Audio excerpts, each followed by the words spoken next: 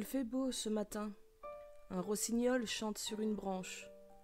Pendant ce temps, dans la section gériatrie d'un vieil hôpital situé dans le sud du pays, une jeune femme et son époux viennent rendre visite à une vieille dame. La jeune femme, Flore, tient un pot de tulipes dans ses fines mains pâles. Bien que son allure paraisse décontractée, ses traits tirés marquent une certaine nervosité et de l'inquiétude. « Bonjour grand-mère, comment vas-tu aujourd'hui? Tu as l'air en forme ?» « On s'est déjà vu, non? En fait, je m'appelle Juliette. » « Ah oui, je sais, vous devez être les nouveaux habitants de la rue, c'est ça? Pardonnez-moi, mais je crains d'avoir oublié votre nom. » « Mais grand-mère, c'est moi, c'est Flore, ta petite fille.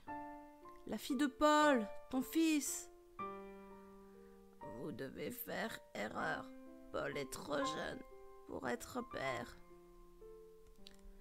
Flore et son mari se rendent dans le bureau du médecin en charge de Juliette.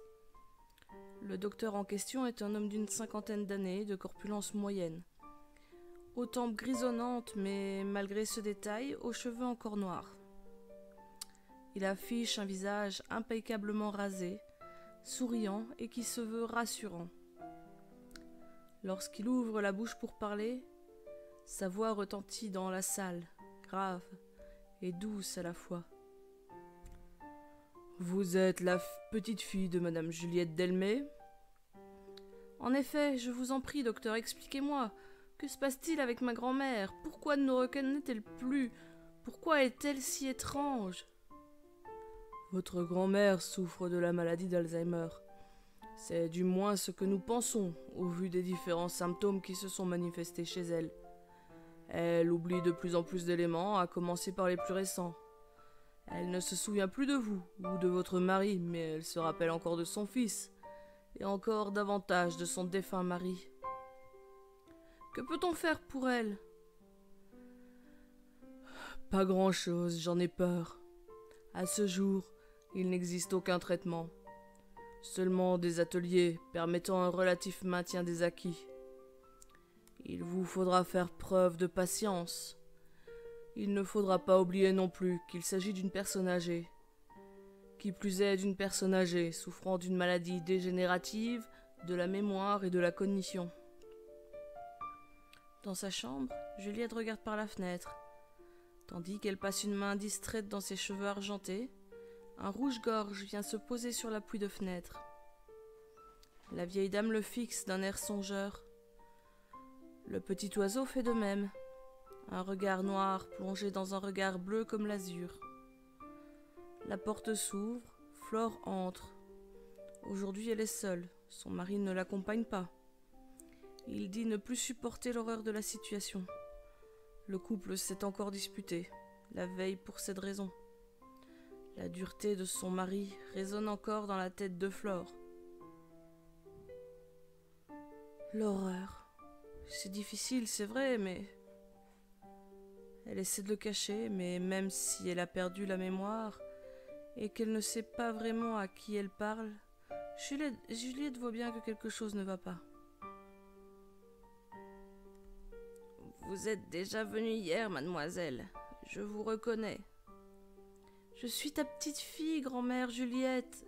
Je m'appelle Flore. »« Flore, c'est un joli prénom.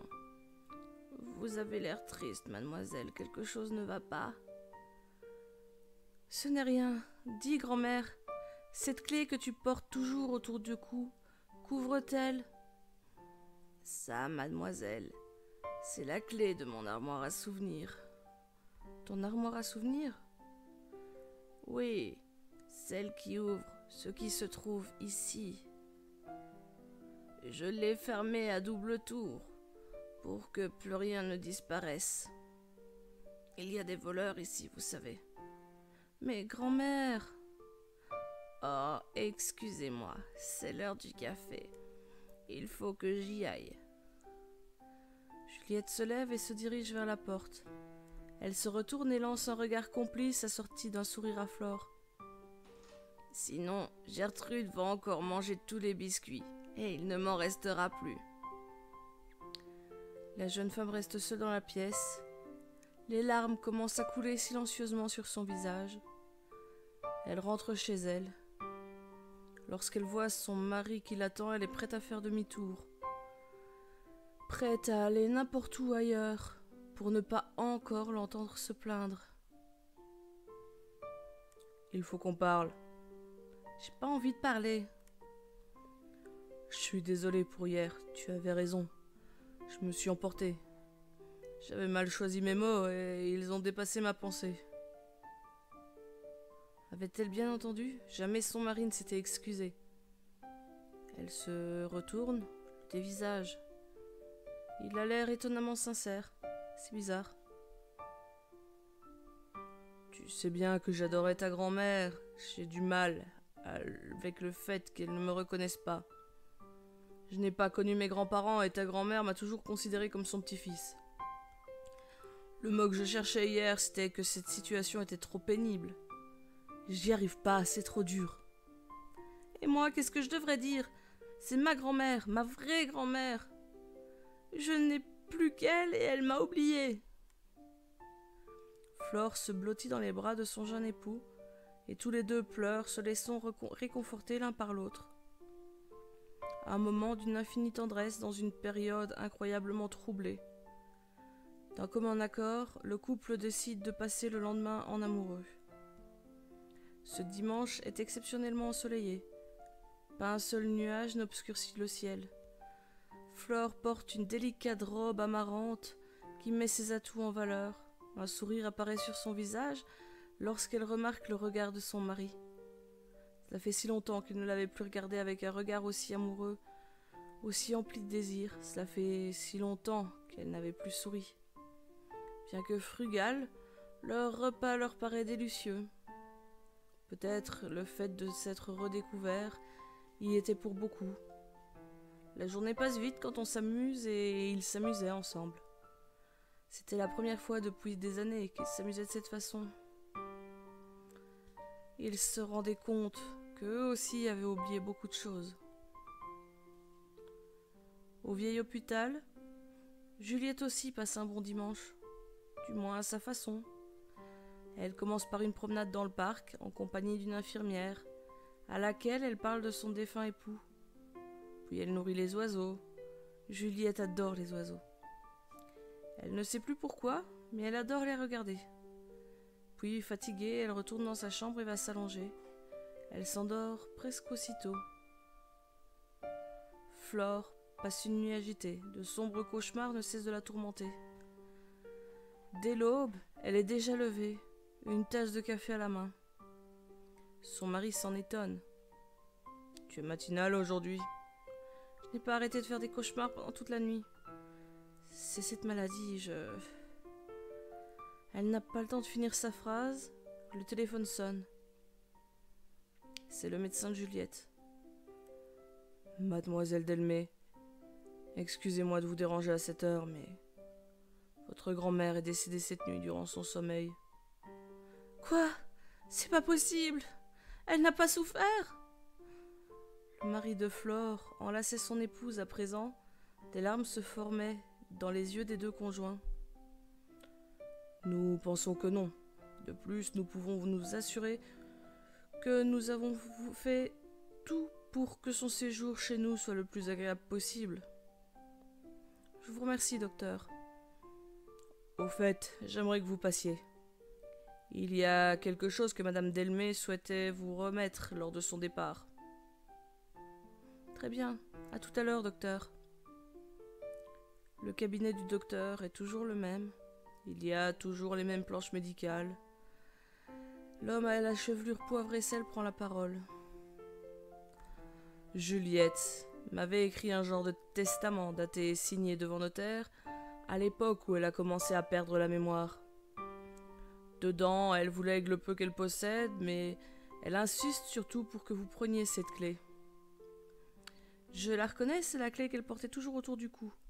Elle disait que c'était la clé de son armoire à souvenirs dans sa tête. Essayez quand même de savoir ce qu'elle ouvre. Vous seriez peut-être surprise. Vous savez, parfois, avec les personnes âgées. Flore décide de suivre le conseil du docteur. Lors du déménagement des affaires de Juliette, jusque chez elle, elle cherche. Cette clé ouvre bien une armoire. Dans cette armoire, une grande boîte en carton. Dans cette boîte en carton, des dizaines de photos, tout annoté. Des objets étiquetés et une lettre. À ma petite Flore, je commence à perdre la mémoire. Je le sais. Ce n'est pas facile. Alors, je vais tout noter pour ne pas perdre ce qu'il y a de plus important. Je le fais avant que tu deviennes une étrangère. Comme ça, rien ne sera vraiment perdu. Mais cela te sera transmis.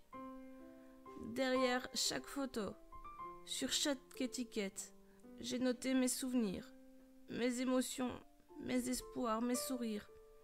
Pour toi, ma petite fille, et pour ton mari aussi, bien sûr. Pour que tu n'oublies pas. Pour que tu n'oublies jamais ta vieille grand-mère qui t'aime et qui t'aimera toujours, même si elle ne se souvient plus de toi, à cause d'une foutue maladie. Et ce n'est pas parce qu'on a Alzheimer qu'on n'oublie rien, alors... Tâche de ne jamais oublier les bons moments. Ta grand-mère qui t'aime tendrement.